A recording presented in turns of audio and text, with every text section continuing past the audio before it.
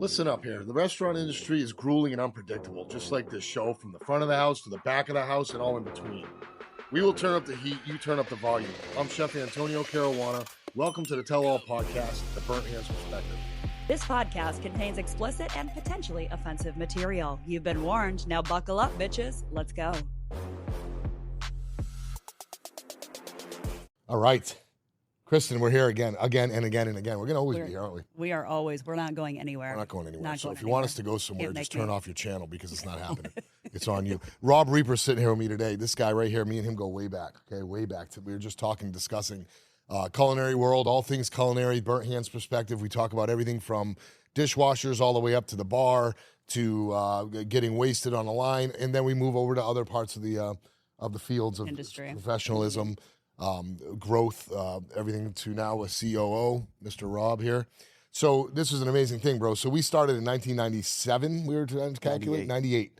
So we started in 1998, and this shows the diversity of my realm in the culinary world, because at that time I was front of the house, and you were back of the house. And you had a great surfboard shirt, I believe. Or yeah, maybe a parrots on it. Something like Probably. that. It was horrible. Shirt. What they made us wear is part of my trauma.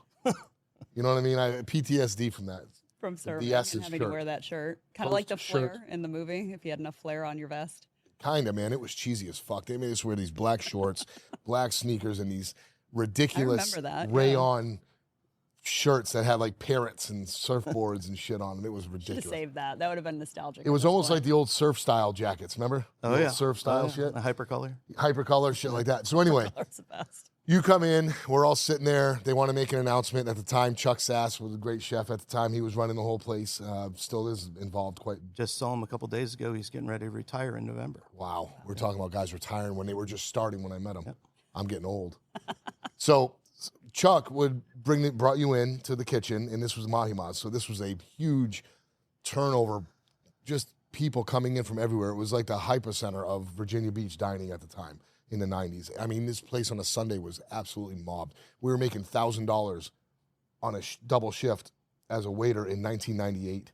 It was insane. It was insane. One of the highest grossing restaurants in Virginia at the time. And probably, I'd put that up against other states too. Oh, yeah. Yeah. So what happened was we had this guy come in.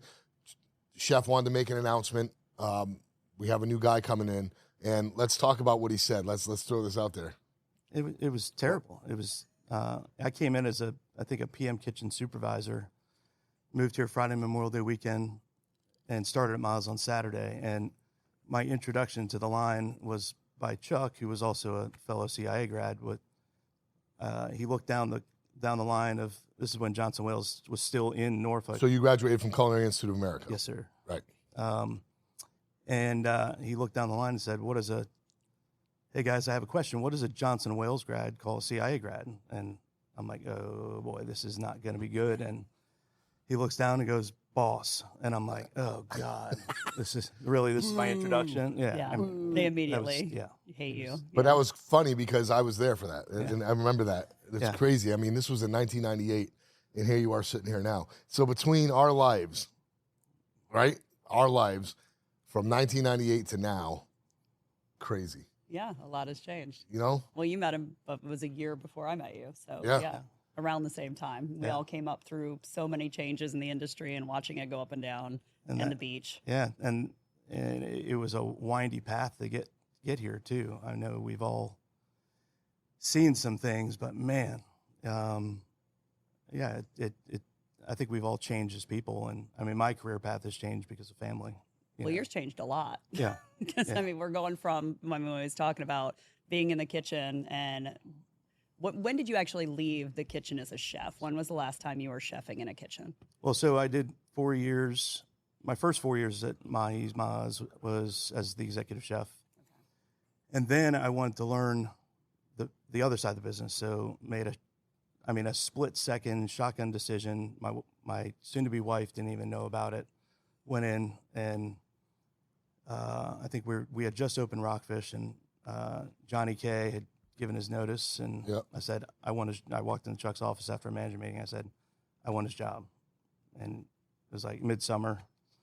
And he's like, all right. And I had pretty much had 30 days to learn what I needed to learn and hire my replacement, which was Kevin Sharkey, Yeah. in order to go to Rockfish. And You know what's funny about that? Johnny K gave his notice, and then so did I. And I think a lot of people did. Yep. Because he was a great guy. Yep. He was a great leader. Yep. And I don't remember exactly what happened to him to make him give that notice. I don't remember if it was life or if it was something workforce related. I don't remember because I was probably high or fucking drunk or something like that. So I don't remember why, but I just remember that when he did, it was the big uproar because we were all young and we all followed the leader type of thing. Yeah, yeah, and that was the first part of kind of the disbanding of our team because we had just an amazing management team, and then that was followed by the Hilton opening, and while the Hilton was opening, I got to do other stuff like I opened Pizzeria and Tortugas, and then managed to come back to Maz before I left. So yeah, you have your hands in some really good spots down there, and a lot of them are based around the seafood world, and things like that, just because of where we are at the beach. So the Virginia Beach is synonymous for what we have indigenously, and that's seafood, oysters, crabs, stuff like that. So moving up to that, so you started right out the gate as the guy. So when you got into that, we're going to talk about that just for a minute because it's intriguing, I think, to anybody listening that when you start, you come out of the CIA, you go in there Memorial Day weekend, which is the weekend, and you're saying, okay, here you go. What now? How old were you right then? Well, so I was 21. So I was about a year out of culinary school. And how long did it take you to realize that, holy shit, there's a lot going on in this kitchen right now, and there's a lot of people who already know what the fuck they're doing, and I got to figure this out so I can be a boss, but yet I got to ask them what I'm doing. Well, I was just a PM kitchen manager, supervisor, whatever. So my job description was do whatever Fred does. So Fred was the sous chef at the time. Right. And so I followed Fred around, and you probably remember our chef, who was Thomas, the New York real loud mouth. All I could hear is him in my sleep screaming. But we going right into that, it was an eye opener. I mean, we were doing 1,000 covers a night, and for real, it was just a complete ass kicker. People don't realize what that means when you say 1,000 covers a night. That means you cooked 2,000 things. People don't understand that when you have a cover, they're eating more than one thing. They're having a bunch of stuff. 1,000 covers a night in a restaurant, not a banquet, not a hall, not a dining wedding party. We're talking about a fucking restaurant. You turn on the damn computer, you punch in your orders, and they come in the tickets. And I remember ticket line, the rail for the ticket line was absurd. You hear it in your sleep. And the tickets were still That's coming your out in 20 minutes. PTSD. Yeah. But we still had 20, 25, 30-minute ticket times at most. Right. And Cranking it. Just cranking it. well, and you had the sushi bar going off. You had raw bar going off in a separate part. You had a banquet going out the back door on the other end of the building. It was Right. And then the kitchen was half the size. Half size. Wow. So It was a line. it was one line. And Would you have like 12, 16 burners? with a turkey pot burner on the back that we cooked wings in a big pot. Yeah, with the thermometer in it. To make sure. Just keep dumping oil. It was nuts. That's crazy. Yeah, So, that's crazy. People don't realize what we have to do sometimes as chefs to compromise or improvise. But on you the made it food. happen. You make it happen. Make it happen. So the turkey pot, people don't understand this either. Frying food on a turkey pot is very hard because that shit, as soon as you put wings in it, that temperature drops. and we were boiling Oh, you're boiling them. because we poached our wings and then Then- chilled them, then drop then it. filled the Got pot it. up again and poached them about 10 times. You had to. My gosh. There was no way. You couldn't cook them fast enough the other way. Yeah, I'm So not you had sure. to poach them. There's a lot of people that actually do that. Yeah. And sometimes it's better, I believe. Yeah. You know what I mean? If you poach them properly, you get a lot more moist wing at the end. Yeah, because we breaded them and then par fried them and then And cook and ate and sold them like maniacs, man. But that's when wings were like 25-cent 25 clams, cent. oysters, and wings. Yeah, Oh, my that was costing us back in the day. A pound of wings was what, $2 maybe? Yeah, $1 something. Yeah, and junk. that's when we had lobsters for $9.99. Prime rib and lobster night for $9.99. Yeah, imagine that now. Thinking about it. Right. I don't even know who's selling prime rib right now, let alone for $9.99. Yeah, it's. I was talking to my chef Andrea last night, my sous chef here, chef de cuisine, and we were talking about going to get a nice piece of prime rib. And we're like, where do you even go around here to get a good piece of prime rib? Where? Who has that anymore? Is it like a big There's Alaska? specials. I've seen specials pop up at a couple Yeah, places. but they're usually one night. Like It's not. one It's night not a week. It's not all prime the rib time. night. know, Yeah, we They need some have prime rib in this one stuff. night a week. Yeah, you're not getting a And you're not getting it for $9.99. right. And normally, if you're eating prime in a restaurant, it's not a prime rib that was cooked or cooked at the beginning of the night. It was probably cooked the day before, and they're just bringing up the temp in some au jus or whatever. Something, that they're doing. So I mean, It's hard to find. it is for sure. So when you said you went to Johnny K, right? You did that. You took on that job. So that was a manager. That was the GM operating partner. Okay. Yeah. So that makes you out of the kitchen, and more into the finances. Is that what led you into going to? Let's talk about Taste where you are now, because that's a huge road too. How you've been there for how many years? Well, yeah. So I've been at Taste for 10.5 years, but before that I was with Sysco for 9.5 years. So right, you were a Sysco. That was a whole nother venue. That's when I went back to the kitchen. But now you're the COO. So now what that means is you had to go from the kitchen to Sysco, to the front of the house GMing, and then from there out of the restaurant completely, selling back to the kitchen in Sysco. Then from Sysco moving to where you're back to buying from vendors. It was not so much Sysco, but you're back to buying from purveyors in a sense, right? Yep. So you're on the roller coaster of restaurant life right there. Yeah. And what does it take? Do you ever miss being on the line and just keeping it simple like that, or are you fucking glad as hell you're never? So the best job I think I ever had, which I took for granted, was the corporate chef role at Sysco, and that was my first 4.5 years. And I mean, that role was just take care of our top customers. And I got to travel all over, take chefs to New York City, to California. It was probably the best job I ever had. So you were basically a liaison for all good things. Yeah. Like, I'm going to take care of you, I'm going to party with you. Yeah, I got to do. Fun. And that's when, and honestly, that's when, that was truly the fun days of Sysco. When I could take, we had a food show at the oceanfront, and I had Bobby Goldwasser, his father, with Ness, they used to have Ness and Meats, and he came in, we got an engine lift, and his 90-year-old dad came in and knocked down a side of beef. And, I just wanted, at those shows, I just wanted to give chefs something they don't see every day. Chefs these days and kids coming out of school, they don't see, they're used to receiving a piece of beef and then maybe cutting it into steaks, or most of them are buying pre-cut steaks now. Right. They don't see. And I don't think that's a skill thing. I think that's more of an affordability at this point for food costs, cost control, purchasing the amount of. Here I have, as an executive chef and owner, for me, I always struggle and juggle because it's a matter of what do I do with this the excess stuff? So if now that the meats and everything are so expensive per pound, what in that pound am I getting? Is it worth it to buy the lean cuts, or is it worth it to buy the whole piece and butcher anymore? Not so much. Now it costs more for bones to make a friggin' demi than it does for some of the cheaper cuts of meats. When bones, they used to give to me just for buying their meat. Right. You know what I mean?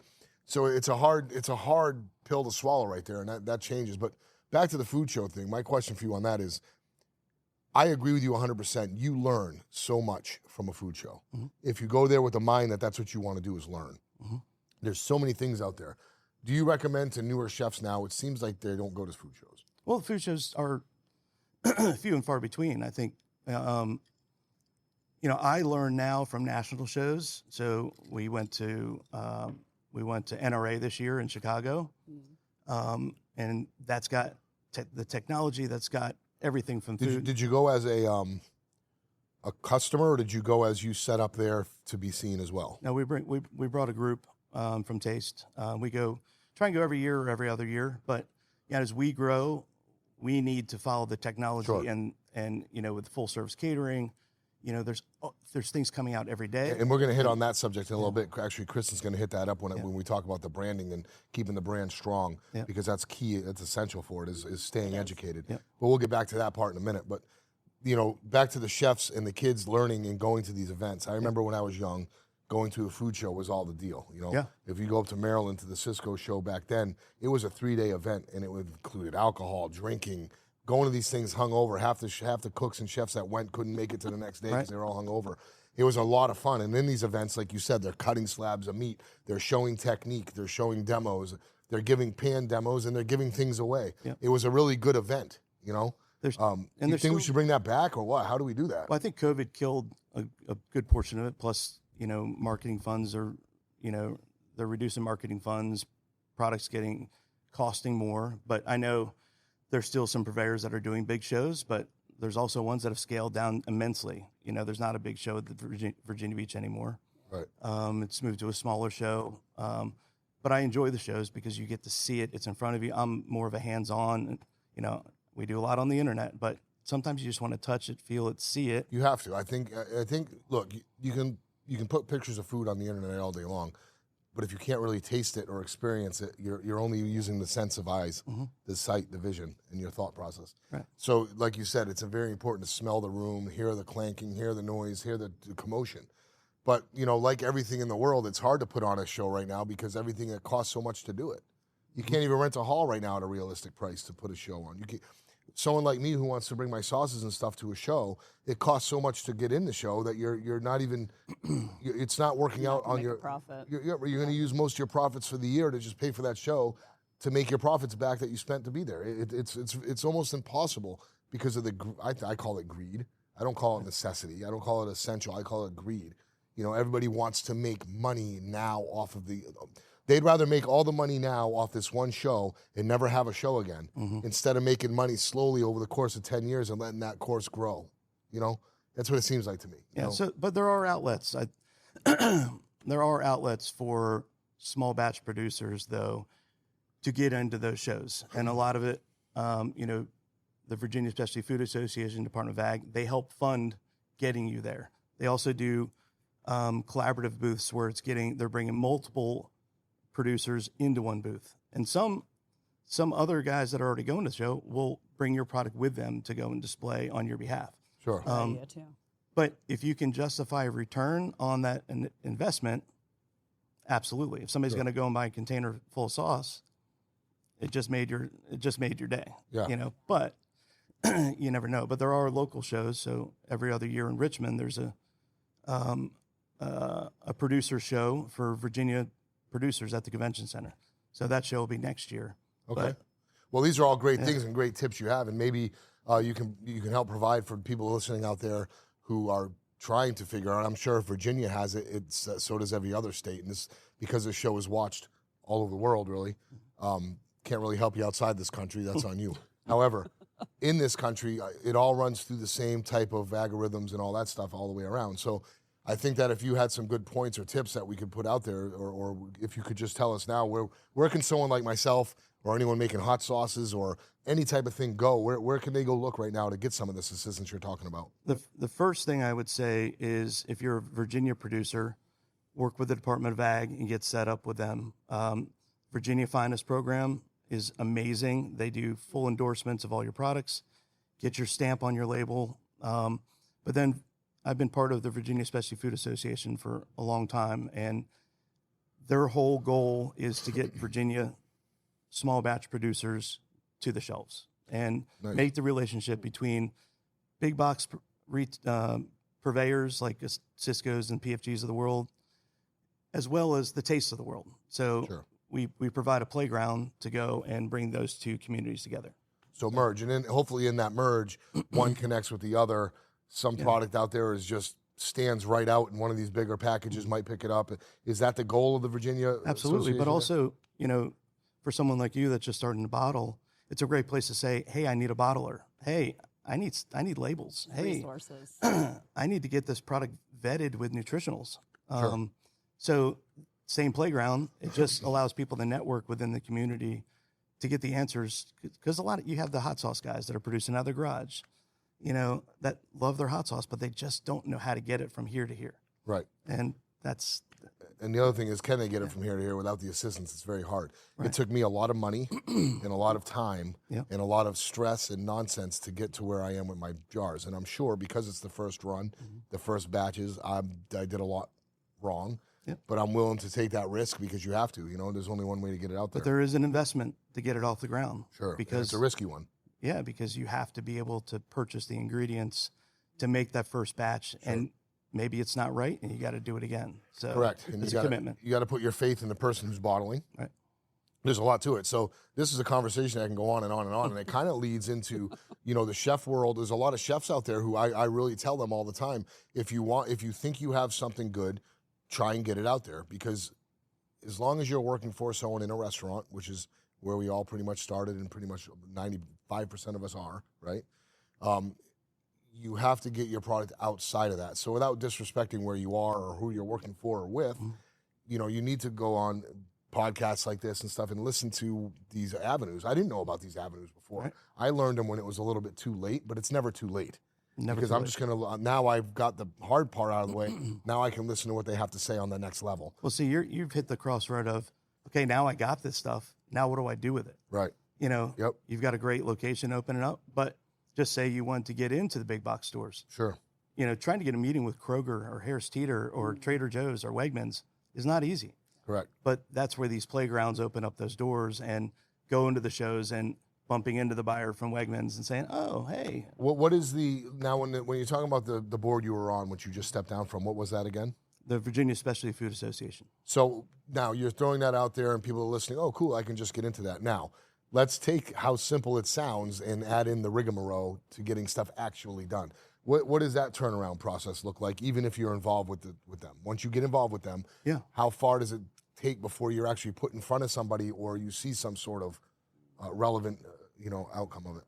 Well, you know, the first part is getting it in the bottle, and that could take an undetermined amount of time because you got to go through the steps to get it vetted. So I'm in the bottle. Once you're in the bottle, now you got to get it from point A to point B. So first thing I would say is you need to start getting meetings, and sometimes it's an introduction through, you know, we've got a lot of mentors with Virginia Specialty Food Association, as well as the Specialty Food Association, which is a global group. So Fancy Food Show, we talked about that. Winter Show is coming up.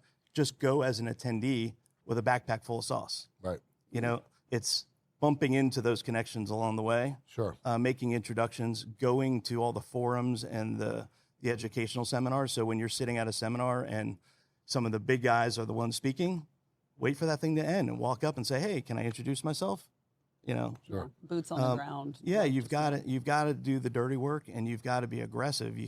People don't just come to you unless you've got a great podcast and you're, you know, worldly now that, you know, now they're seeing the sauce everywhere, but you've got to go and you've got to grind it out and you've got to make those connections. But the shows and the relationships are the ones that are going to get you there. It's, hey, talking to this guy. Oh, he knows this guy. Yeah. Let's make an introduction.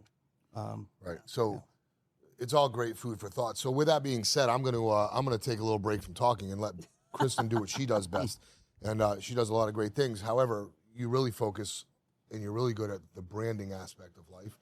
And so I'm interested in what you have to say to him because I'm going to sit back and listen. To see. I know. I think the product chat is a good leeway for that because you guys see brands and you see them succeed and fail constantly.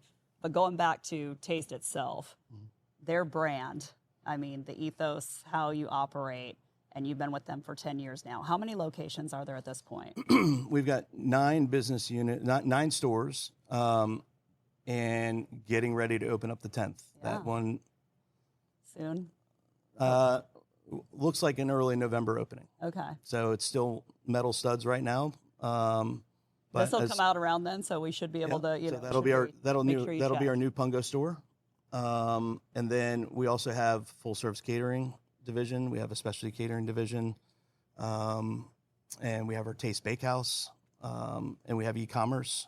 So we've got multiple business units, and we have the cafe in Norfolk in the Chrysler Museum, Zinnia Cafe. Oh, okay. So Well, and you guys, the brand itself, I mean, it's pretty much stayed true since the beginning. You know, founded, it was 1973. 1973, you know, when John Pruden and family and friends bought the business in 2006, the first thing they did was the rebrand to the Taste block letters away from Taste Unlimited. But Taste Unlimited is still something that's very near and dear to our core, and you'll still find us at tasteunlimited.com. And So all of that has stayed the same. Yeah, So were you there for that rebrand when they refreshed everything? So That in was right before? 2006, I had just gone to Sysco. Okay.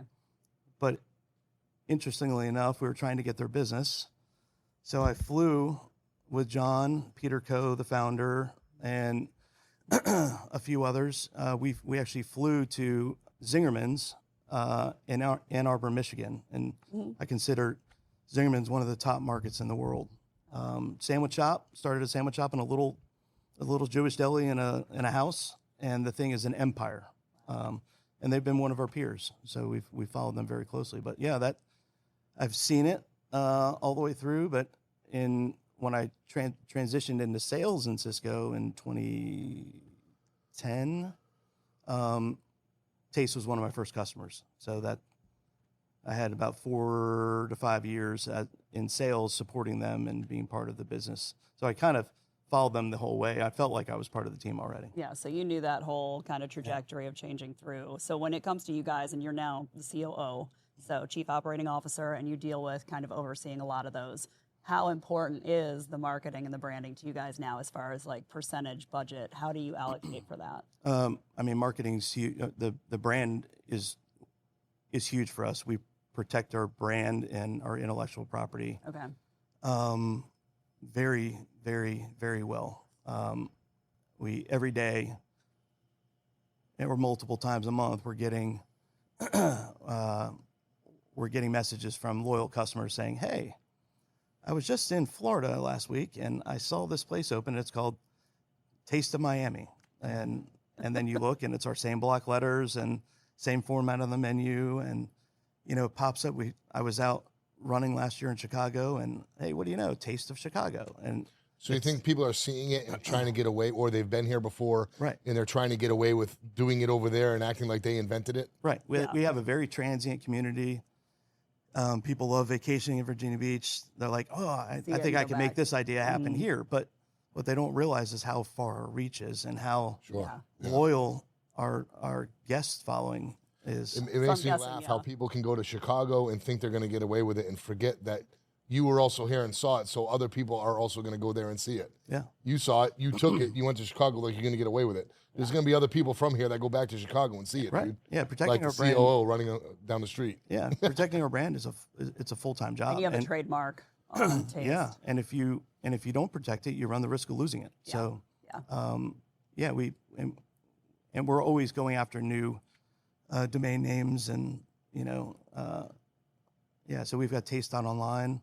We've got, I believe Taste.com is one that we've been after for a while, but some guys, just holding on to it for a payday. Yeah. So. I think a lot of smaller restaurants, like, they don't understand that when you are opening a business or you're looking at a business that you can grow or scale or franchise, that you have to do all the work again, like we always call the unsexy work before opening the business, is going to USTPO, looking at trademarks, saying, hey, can I use this name? I mean, taste is a very widespread word, but you're able to trademark or certain parts of it. So, I mean, for you guys, most businesses don't understand that aspect of it, that it is very important to protect it once you have a tagline or a name. And you guys are protecting it fiercely because you're growing and you have to. Yeah, and there's multiple aspects. Like, I think it was like 10 years ago, Pampered Chef rolled out The Good Life. And we also own the phrase The Good Life. So we went after Pampered Chef and sent them a letter and a cease and desist. And they had a year to eliminate that from their packaging. And, again, it's protecting who we are makes us who we are, and keeping things unique to us. And we constantly do that with our food, our packaging. This year, one of our annual goals is actually increase our internal branding of more Taste branded products. Okay. So taking things that we love and seeing if we can make them ourselves or find a great partner to put our name on them. And also, a Brandon, you have to have the creative energy to continue creating and coming up with more concepts and always staying relevant and new and trending. So how does the new trends in dining experience, how does it affect you guys? You're a sandwich shop. That must have been a huge turn for the gluten-free world. All the things that happen like that now, that must be something for you guys. You have to really focus on keeping up with. You have a majority of people. You have to please kind of everybody in order to stay relevant because you're such a diverse offering, right? Yeah, so we pride ourselves on pragmatic growth, or paced growth, and to go and jump immediately onto something that's a trend, like for instance, beef tallow. Mm-hmm. We all of a sudden this thing hit hard, put the whole industry into a tizzy. Everybody's like, "Oh, we got to go to beef tallow," and now months later, it's like, "All right, let's just ease it back and." Let's look at the studies. And, we're looking at the GLP-1 trend now with more protein added stuff. But, with gluten-free, John's wife was a celiac. So there's a lot of focus from the early days on creating more gluten-free products. So we have dedicated gluten-free boards, and we have a lot of, and allergens are huge for us. So we have dedicated space and cutting boards for allergens, and, making sure we're doing everything we can to protect our clients. Not only protect, but serve. Absolutely. Make sure everybody gets the same energy coming in the door. And with that, it's a confidence too. We want them to feel confident that we have the systems in place to protect them. Make sure. Yeah. Sure. Yeah. That's amazing. That's really good. So moving forward in the future, what do you think? I mean, I always ask this to questions, especially with chefs who move around the industry. What do you feel about the industry in the future coming up? I think we're in a weird time with what people are looking for. It's there's a lot of trends out there right now, but people also aren't going out to eat as much. We're fortunate. We just had a business review last week, and our purveyor said, "Man, you guys are, compared to a lot of other people we're looking at, your purchases are up and your sales are up, and I'm blessed with that same problem. I guess you can call it. It's great. I think what you're saying is right. Less people are going out to eat, but I got a feeling to say it differently. I think that more people aren't putting up with shit anymore. Right. In all the Red Lobsters and all the big chains and all these things that have just been feeding the masses crap are slowly starting to get attacked and dwindle because people are demanding better. Yep. And if you bring better in quality and pay attention to your ingredients, pay attention to your staff, and stop trying to line. This goes for smaller restaurant owners or one single officer, stop trying to line your pocket with every profit you can possibly get, and pay more attention to put it back in the restaurants. It's okay to make money, man. We're all doing it for a reason, okay? Even the people working here are doing it for a reason. Everybody needs to make money, right? But, I do want to live a decent life. I do work my ass off to live a decent life. However, I have a cap on that. Everything needs to go back into the next phase of this operation. The ingredient research, the bottling sauces. I could have took all the money it took to do that, said, screw it, just made money off the sauces here and just line my pockets. Right. That's only going to last so long.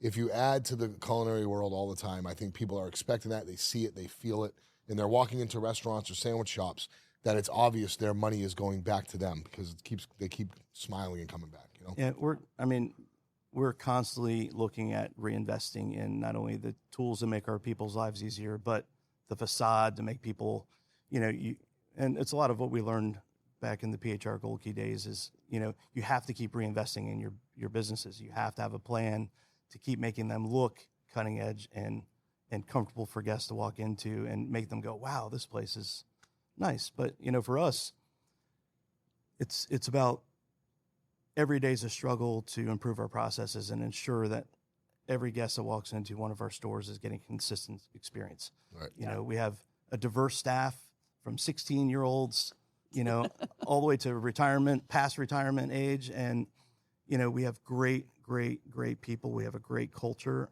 And it's just making sure that our guests are getting that same food, the same experience when they walk in. The music's the lighting's right. There's just so many things that go into it. But it's a daily struggle, and training is something we spend. Training and process. If you have a process, a standard operating process or something, you have to have that, because every person from that 16-year-old to whoever's in between, they may be great people, but their perception of what is good is different in every one of them. So you have to take away the amount of the perception they get. You know what I'm saying? The amount of say they have, and you have to have a standing operating procedure that works to make that consistency happen. Right, and for us, nobody realizes what's involved in a menu change. Like, we went from changing, coming out of COVID, we stripped the whole place down. It's bare bones. We're doing what we do best. And then we've gradually been expanding out. And then we realized we've dialed it up too far, and now we're scaling back. So we're changing the menu 3 times a year, but that requires about 3 months of, R&D, of trying new products. We're rolling out a new menu on October 1st, but it's like a 130-line spreadsheet with boxes to check from the marketing materials, the training materials, the training videos for every item. Like it's a lot. The branding, it's a lot to get it rolled out. Yeah, it is. You just have good systems, which we say systems save lives. So you guys have systems. Yeah, systems, and it's great to have good systems, but you also have to have great people that can execute them. Well, you guys include your employees a lot more than other companies as well, because you went through that shift. Yeah, we just converted to an ESOP. So Yeah, which I don't, if you can explain that to people what that it's is. an employee stock ownership program plan And you just did that last year? Or? in November. Yeah. So there's 150 employees that are on the ground floor of the new ownership. So they're all invested in the company. yep. And once you're into the plan, you're in it until you leave. So Okay, so they stay invested through their time there, yep. So they have to be full time and work 1,000 hours the previous year. and they make money off of that. I mean, Yep. they're It's basically we're creating a retirement plan for all of our people. wow, that's impressive. Yeah, I know I've heard other companies talk about doing that. I've been But talking there's about it. about I mean, I've been thinking we've about it, yeah. talked about it, but it's, you never know in actuality how is that played off for, profits, numbers, growth. it's been amazing, and I believe there's only 6,000 ESOPs in the country. Really? Is it risk still or no? It's hard. It's very hard, but most employees that convert to an ESOP, there's a huge reward because you have more people invested in the outcome. Sure. So Give someone a reason to care, and they're going to. absolutely, they've got shirts that say owner on the back. Great. I'll walk it around. I know walking the owner. around, they're I know the proud. owner. I know yeah, the which owner. one? You know all Like of 14 of them. Which one are you talking Hey, about? I own the place. So come talk to me. Right. But That's yeah, the amazing. sense of pride for, from a guy or girl making sandwiches to somebody in our commissary kitchen to somebody loading trucks in the warehouse and delivering every day. They're just all proud. They could say they're owners of the company, which is I can amazing. see them all standing around the dock talking about this like in Tommy Boy at the beginning. Yeah. We need to save the company. Well, You were there. But then for all the part timers going, man, I think if I can work a few more hours. I mean, we have people that are seasonal that are still making 1,000 hours. They could be caterers. Sure. Okay. And but yeah, once you're in, you're in. And then as long as you work with us, it's there and you can continue to grow. So I'd like updates on that as you Yeah. guys move through, Yeah. like how it goes for the company, because I think in this industry that is important. Yeah, And a lot of people don't know about it. They don't know that option is there. So that's a good one. That's different. I like that. Well, Rob, it's been awesome, man. I'm know. glad you're here. We could talk all day, but listen, I know you're busy. You're busy as hell, and just the fact that you were able to sneak in here, we've saw tried to you. line this up for but this is like the 4th time we tried. yeah. With the schedules being how they are and everything else. Yeah. I was really glad to have you come here and talk, because what you have is a lot of information on this stuff and people listening. Like I said, we talk about all kinds of different things, and there's all kinds of different listeners, and you got a lot of educational stuff here. That was awesome. this has Yeah. been- No, Anything we you want to appreciate plug it. right before we go? Anything? Yeah. Where can everybody find everything? I mean, really, you can go find us anywhere on the web, from tasteunlimited.com to taste.online. We've got, you come in and shop at any of our stores. You can buy online. You could order online. So, just a great place, community gathering spot, and we welcome everybody out. Yeah, I love it. Well, we love your place. So I was just telling him I just had chicken salad the other day. If so you're I in was Hampton excited. Roads area, go to a Taste Unlimited. Think of my man Rob here. Think about your stomach and how good it's going to be treated. Think about coming back to Virginia, and just don't think about taking a name and stealing it and going to Chicago and trying to Take your name. Sorry, we're all coming for you now. That's You lame. got backup. All right. Well, listen, I'm going to say it like I always say it. Ciao for now. All right, ciao for now. Thanks. Peace. Thank you.